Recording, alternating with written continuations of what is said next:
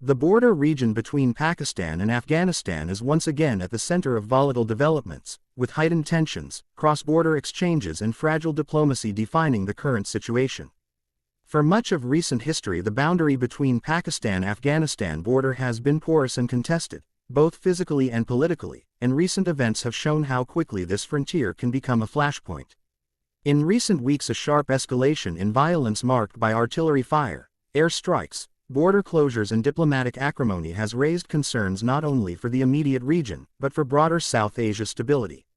What lies beneath these developments, how both sides frame their positions, and what possible paths lie ahead are all key themes we will explore. At the heart of the matter is the accusation by Pakistani authorities that militants, notably from Tehrik-e-Taliban Pakistan (TTP), are operating from Afghan territory and using safe havens across the border to launch attacks inside Pakistan. Islamabad alleges that such groups exploit the rugged, hard-to-control border landscape to evade Pakistani security forces, threatening lives, installations and the already strained domestic security environment.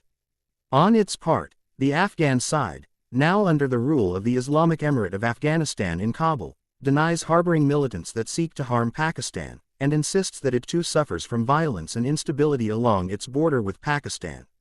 Both countries thus present narratives of victimhood and grievance, and the border has become a theater for competing claims of sovereignty, security and regional influence. In October 2025 there was a particularly sharp round of escalation.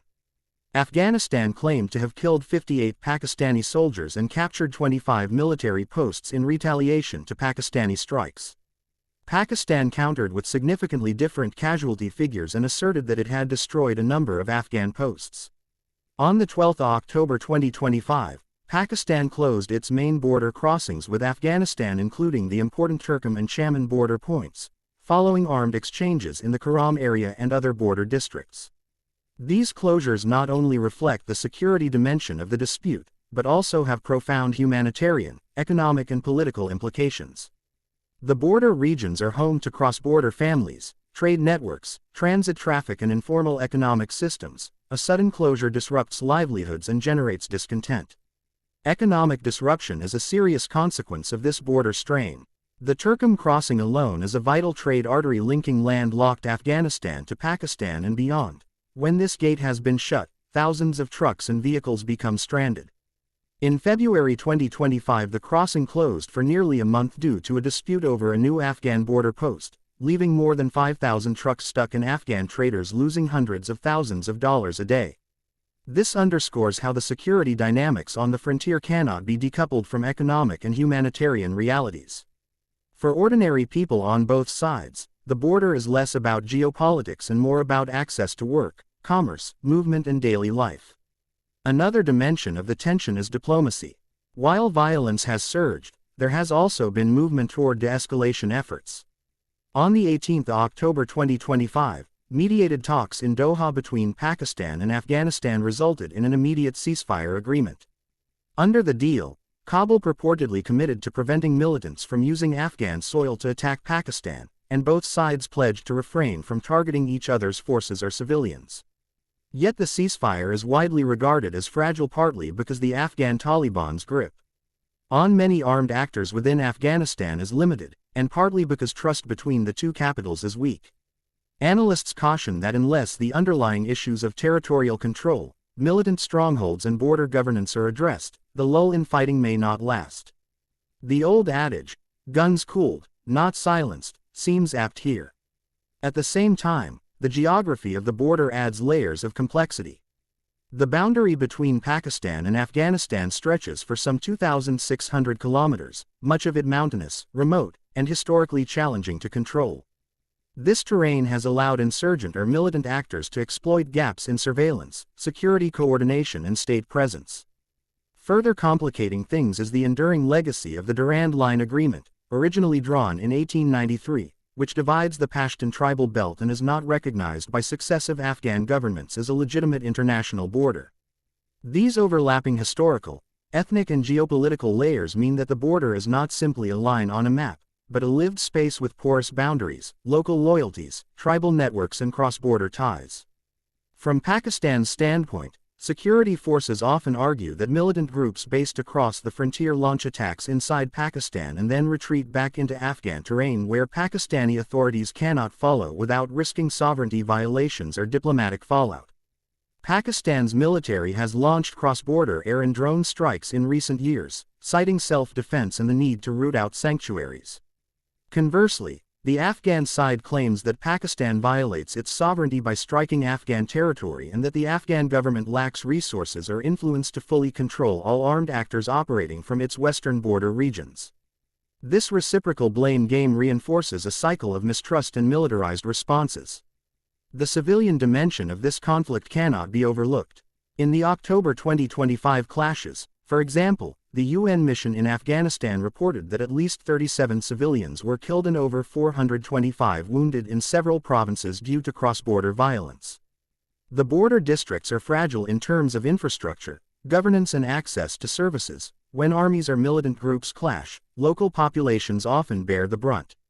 Displacement, economic hardship, loss of livelihoods, and trauma add to the toll. The reopening of crossings or the enforcement of ceasefires are therefore not simply diplomatic victories, they affect real lives and vulnerable communities. In considering possible future scenarios, several paths emerge. One possibility is a gradual institutionalization of border management and security cooperation between the two states, improved communication channels, joint mechanisms for monitoring and response, and a political consensus to deny sanctuary to militants. Such frameworks, though difficult, can reduce miscalculation and escalation. Indeed, the recent Doha Agreement established a joint mechanism for meetings and implementation. A second path is a recurrence of sharp eruptions of violence, driven by unpredictable militant actions, mistargeted strikes, lack of accountability and border closures, which could spiral into deeper confrontation. The third scenario is that the conflict becomes frozen, a low-intensity but constant state of tension, with intermittent skirmishes, shuttered border posts, disrupted trade, and enduring mistrust, a status quo of instability that neither side may fully like but neither can easily end. For viewers in Pakistan and Afghanistan as well as the wider region, the stakes of this border dynamic are substantial.